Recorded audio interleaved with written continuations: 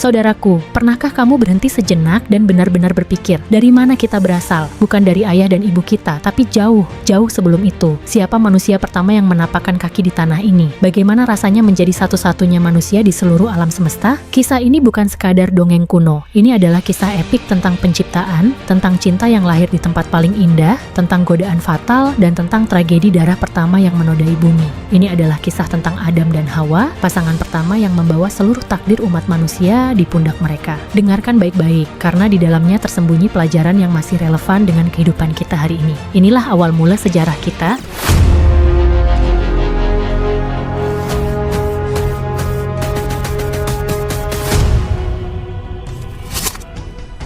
Jauh sebelum alam semesta ini dihuni oleh manusia, ada sebuah dewan agung di langit.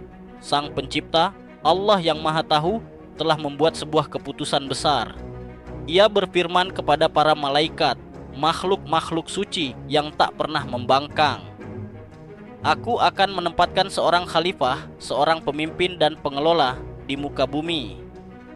Para malaikat yang mulia ini terkejut. Mereka sudah tahu bagaimana watak bumi dan siapa penghuni sebelumnya, yaitu bangsa jin yang penuh pertumpahan darah dan kerusakan. Ya Tuhan kami, tanya mereka dengan penuh hormat, apakah engkau akan menempatkan di sana makhluk yang hanya akan membuat kerusakan dan menumpahkan darah seperti yang sudah terjadi? Bukankah kami yang selalu memuji dan menyucikanmu siang dan malam tanpa henti? Jika tujuannya adalah ibadah, kami sudah melakukannya. Jawabannya sungguh menenangkan, sebuah pernyataan yang mengakhiri semua pertanyaan. Sesungguhnya, aku lebih mengetahui apa yang tidak kamu ketahui. Ternyata, ada rencana yang jauh lebih besar dari sekadar ibadah. Di antara keturunan makhluk yang akan diciptakan ini, akan lahir para nabi, para rasul, orang-orang yang jujur luar biasa, para syuhada, dan orang-orang saleh yang cintanya kepadanya melampaui segalanya. Manusia memang punya nafsu dan potensi merusak, tapi mereka juga punya potensi untuk mencapai derajat ketakwaan tertinggi. Maka dimulailah proses penciptaan. Dari segenggam tanah yang dikumpulkan dari berbagai penjuru bumi, ada yang cokelat, hitam, putih, keras, dan lembut. Allah membentuk sebuah patung manusia yang indah. Patung itu dibiarkan mengering hingga tiba saatnya sang pencipta meniupkan roh ke dalamnya. Saat roh itu merambat dari kepala, hidung Adam bersin dan ia mengucapkan kalimat agung pertama yang didengar alam semesta. Alhamdulillah, segala puji bagi Allah. Adam berdiri tegak. Ia adalah manusia pertama diciptakan dengan akal, hati, dan potensi berbicara. Para malaikat, bahkan iblis yang saat itu masih berada di surga, menyaksikan keagungan penciptaan ini. Kemudian datanglah ujian pertama. Allah mengajarkan kepada Adam semua nama benda dan konsep yang ada baik di langit maupun di dunia. Lalu Adam diminta menyebutkan nama-nama itu di hadapan para malaikat. Tentu saja para malaikat tidak mampu melakukan hal seperti itu. Saat itulah mereka menyadari betapa tinggi kedudukan Adam. Selanjutnya, Allah memerintahkan semua makhluknya untuk bersujud, memberi penghormatan kepada Adam. Para malaikat patuh, namun satu makhluk menolak mentah-mentah. Dia adalah iblis. Aku lebih baik darinya, bentak iblis dengan angkuh. Engkau ciptakan dia dari tanah, sementara aku dari api. Karena kesombongan dan penolakannya inilah, iblis diusir dari sisinya. Namun, iblis meminta satu hal, kesempatan untuk menggoda dan menyesatkan semua keturunan Adam hingga hari akhir. Dan itulah permusuhan abadi pertama yang terukir di sejarah. Adam kini tinggal di surga, sebuah tempat yang penuh kenikmatan abadi. Ia memiliki segalanya, makanan, minuman, keindahan tak terpatri. Namun, tak peduli seindah apapun tempatnya, ia merasa ada yang kurang. Ia merasa kesepian. Di sekelilingnya hanya ada malaikat yang berbeda esensi dengannya. Ia membutuhkan seorang teman, seorang pendamping yang bisa berbagi rasa dan tawa. Adam pun tertidur pulas. Dan saat ia terlelap, Allah mengambil salah satu tulang rusuk kirinya tulang yang paling bengkok dan darinya diciptakanlah Hawa. Ketika Adam bangun, ia melihat seorang wanita yang luar biasa indah duduk di sampingnya. Serta-merta, rasa sepi yang membelenggunya hilang tak berbekas. "Siapa engkau?" tanya Adam, hatinya dipenuhi kekaguman. "Hawa," jawab wanita itu. Para malaikat yang menyaksikan momen ini bertanya kepada Adam, "Wahai Adam, untuk apa Tuhan menciptakan makhluk ini?" Adam menjawab penuh rasa syukur, "Ia diciptakan untuk menemaniku dan untuk kubahagiakan sesuai kehendaknya." Adam dan Hawa kini memiliki surga sebagai rumah mereka, sebuah istana abadi yang penuh kebahagiaan. Allah mengizinkan mereka menikmati apa saja, kapan saja, di mana saja. Semua serba boleh, kecuali satu hal. Hanya satu larangan yang harus mereka pegang teguh. Janganlah kalian dekati pohon yang satu ini, pohon khuldi. Iblis yang sudah bersumpah akan menyesatkan Adam dan keturunannya, melihat inilah saatnya. Ia tidak menyerah hanya karena diusir dari surga. Dengan segala tipu dayanya, iblis mulai mendekati dan merayu Adam dan Hawa. "Tidakkah kalian ingin tahu mengapa kalian dilarang mendekati pohon itu?" bisik iblis dengan suara yang meyakinkan, seperti seorang teman yang ingin memberitahu rahasia. Ia bersumpah demi Tuhan bahwa alasan larangan itu adalah agar mereka tidak menjadi malaikat atau hidup kekal selamanya di surga. Katanya buah dari pohon itu adalah kunci keabadian dan kekuasaan abadi. Rayuan itu begitu halus, begitu meyakinkan sehingga meluluhkan pertahanan diri Adam dan Hawa. Akhirnya, dengan hati yang ragu namun terperangkap godaan, mereka melanggar janji itu. Mereka memetik dan memakan buah terlarang tersebut. Seketika, efek buah itu terasa. Bagaikan lampu yang tiba-tiba menyala, mereka berdua sadar. Aurat mereka yang selama ini tertutup tiba-tiba terlihat. Rasa malu yang amat sangat menyergap mereka. Mereka panik, bergegas mencari dedaunan lebat dari pohon-pohon di surga untuk menutupi diri. Penyesalan itu datang menghantam, membuat Adam dan Hawa menangis tersedu-sedu. Mereka berdua memohon ampun kepada Sang Pencipta, mengakui kesalahan mereka. Dan Allah yang Maha Penerima Taubat menerima permohonan ampun mereka. Namun, keputusan sudah dibuat. Konsekuensi dari melanggar janji di tempat keabadian adalah mereka harus kembali ke tempat asal penciptaan mereka, bumi. Detik itu, Adam dan Hawa harus meninggalkan segala kemewahan dan keindahan surga.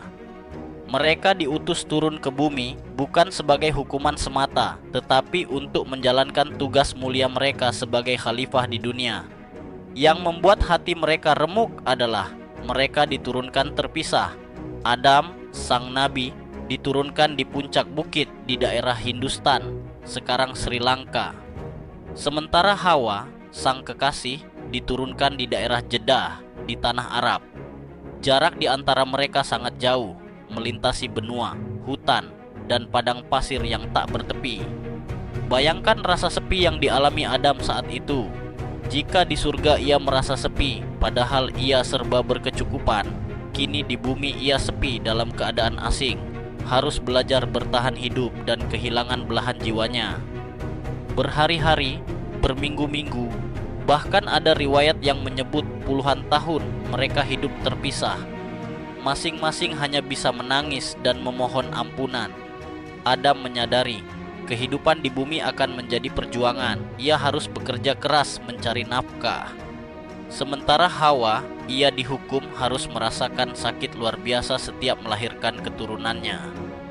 Namun, cinta sejati tidak akan pernah mati. Adam dan Hawa tahu mereka diciptakan untuk bersama. Selama masa penyesalan dan taubat yang panjang itu, mereka terus bergerak, mencari dan memanjatkan doa. Mereka berdua berjalan dalam kesendirian, dipandu oleh kerinduan yang membakar di dada. Hingga tibalah saat yang dinantikan. Setelah melalui penantian yang menyiksa, Allah mempertemukan mereka kembali. Momen paling mengharukan dalam sejarah manusia itu terjadi di sebuah bukit kecil di padang Arafah. Bukit itu yang kini kita kenal sebagai Jabal Rahmah atau Bukit Kasih Sayang menjadi saksi persatuan kembali dua jiwa yang terpisah. Air mata bahagia mengalir deras. Mereka saling berpelukan, berjanji untuk memulai hidup baru, menebus kesalahan, dan berjuang membangun peradaban pertama di muka bumi. Pertemuan ini menjadi simbol abadi bahwa Allah selalu memberi kesempatan kedua bagi hambanya yang bersungguh-sungguh bertaubat. Adam dan Hawa pun memulai kehidupan baru mereka. Mereka belajar bercocok tanam, berburu, dan beradaptasi dengan kerasnya alam.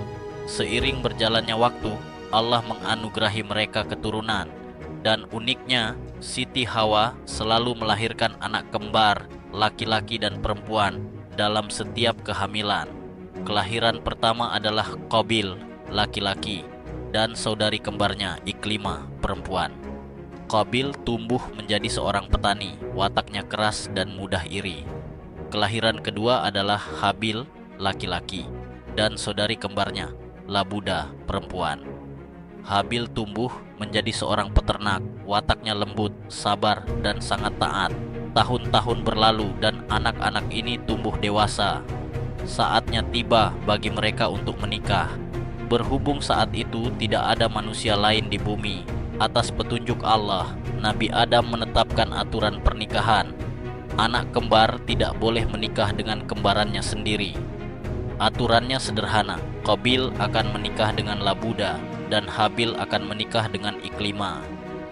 Disinilah benih perselisihan mulai tumbuh. Iklimah memiliki paras yang jauh lebih cantik daripada Labuda. Qabil dengan sifat keras dan keangkuhannya merasa tidak terima. Aku lebih berhak menikahi Iklimah. Dia adalah saudari kembarku. Protes Qabil kepada ayahnya, Nabi Adam. Nabi Adam, seorang ayah dan juga seorang nabi, tidak mau melanggar hukum Allah. Untuk menyelesaikan masalah ini, ia mengajukan solusi yang adil. Mereka berdua harus berkurban. Kurban, siapa yang diterima, dialah yang berhak menikahi Iklimah. Maka, kedua putra itu menyiapkan persembahan terbaik mereka. Habil, si peternak yang ikhlas, memilih seekor domba terbaiknya yang paling gemuk dan sehat untuk dikurbankan. Qabil, si petani yang sombong, hanya menyiapkan seikat gandum yang kualitasnya jelek dan sudah mulai layu. Di hatinya ada rasa tidak ikhlas dan hanya ingin menang. Mereka meletakkan kurban itu di lapangan terbuka. Tak lama kemudian, sebuah cahaya putih turun dari langit. Cahaya itu menyambar dan mengangkat kurban yang disiapkan oleh Habil. Itu adalah tanda jelas bahwa kurban Habil diterima, dan Habillah yang berhak menikahi Iklimah. Qabil sangat murka. Dengkiannya yang selama ini terpendam, kini meledak. Iblis memanfaatkan amarah ini, membisikkan hasutan keji. Aku pasti akan membunuhmu, ancam Qabil kepada adiknya. Habil menjawab dengan tenang, sebuah pelajaran moral pertama di dunia. Sesungguhnya Allah hanya menerima amal dari orang-orang yang bertakwa. Jika kau mencoba membunuhku, aku tidak akan membalas. Aku takut kepada Allah, Tuhan semesta alam. Namun, hati Qabil sudah buta oleh iri dan amarah. Suatu ketika, Habil sedang tertidur di suatu tempat. Qabil menghampirinya, mengambil batu besar, dan dengan brutal melancarkan pukulan mematikan ke kepala adiknya. Darah pertama tumpah di atas bumi. Qabil telah menjadi pembunuh pertama dan Habil menjadi syuhada pertama. Setelah kejahatan itu, Qabil panik. Ia ketakutan dan bingung. Ia memanggul jasad adiknya. Ia mencoba membuangnya ke laut, tapi ombak kembali mendorong tubuh Habil ke tepian. Ia berkeliling membawa jasad itu, tidak tahu harus berbuat apa. Ia adalah pembunuh, tapi ia belum pernah melihat kematian, apalagi ritual pemakaman. Dalam kebingungannya, Allah mengirimkan pelajaran. Qabil melihat 2 ekor burung gagak di atas pohon. Tiba-tiba, salah satu gagak berkelahi dengan gagak yang lain hingga gagak yang satu mati. Gagak yang masih hidup itu kemudian menggali tanah menggunakan paruhnya, mendorong temannya yang mati itu ke dalam lubang, lalu menutupinya dengan tanah. Qabil menyaksikan pemandangan itu. Seketika ia sadar. Celakalah aku. Ratap Qabil penuh penyesalan. Mengapa aku tak mampu melakukan seperti Gagak ini, lalu aku kuburkan mayat saudaraku? Dengan meniru cara Gagak itu, Qabil akhirnya menguburkan jasad Habil. Rasa sesal itu datang terlambat. Ia pergi, membawa dosa pembunuhan pertama yang akan ia tanggung selamanya. Nabi Adam menjalani sisa hidupnya di bumi dengan penuh kesabaran dan ketaatan, memimpin dan mendidik keturunannya. Ia telah menjadi saksi bagaimana indahnya penciptaan, pahitnya kejatuhan, dan tragisnya perselisihan. Menjelang akhir hayatnya, Nabi Adam merasakan ajalnya sudah dekat. Ia meminta anak-anaknya untuk mencarikan buah dari surga untuknya. Maka pergilah anak-anak Adam mencari buah yang mustahil itu. Di tengah perjalanan mereka bertemu dengan sekelompok sosok asing. Para sosok itu membawa kain kapan, minyak wangi, dan sekop. Mereka memperkenalkan diri. Mereka adalah para malaikat dan salah satu dari mereka adalah malaikat maut yang menyamar. Malaikat itu berpesan agar mereka kembali karena ayah mereka akan segera wafat. Anak-anak Adam segera kembali, diikuti oleh rombongan malaikat. Adam dan Hawa yang pernah tinggal di surga langsung mengenali sosok-sosok itu. Kedatangan mereka adalah tanda bahwa perpisahan telah tiba. Malaikat maut melaksanakan tugasnya, mengambil jiwa Nabi Adam dengan lembut. Setelah itu, para malaikat mengajarkan kepada manusia tata cara pemakaman. Mereka memandikan jenazah Nabi Adam, mengkafaninya dengan kain dari surga, memberinya wewangian, menggali liang lahat, meletakkannya di sana, dan menimbunnya dengan tanah. Sebelum pergi, malaikat itu berpesan kepada anak-anak Adam, "Inilah cara kalian memakamkan orang yang meninggal di antara kalian." Kematian Nabi Adam menjadi pelajaran terakhirnya bagi umat manusia, sebuah warisan tentang tata cara pemuliaan terakhir bagi seorang manusia. Setelah kepergian suaminya, tidak lama kemudian Siti Hawa pun menyusulnya, mengakhiri kisah cinta abadi mereka di bumi. Kisah Nabi Adam adalah kisah kita semua. Ini adalah permulaan, sebuah kisah yang mengajarkan bahwa setiap manusia memiliki campuran dari sifat malaikat, potensi takwa, dan sifat iblis, potensi angkuh dan dengki. Pilihan ada di tangan kita. Apakah kita akan menjadi seperti Habil yang ikhlas dan sabar, atau seperti Qabil yang dikuasai iri hati dan amarah? Wallahu a'lam bishawab.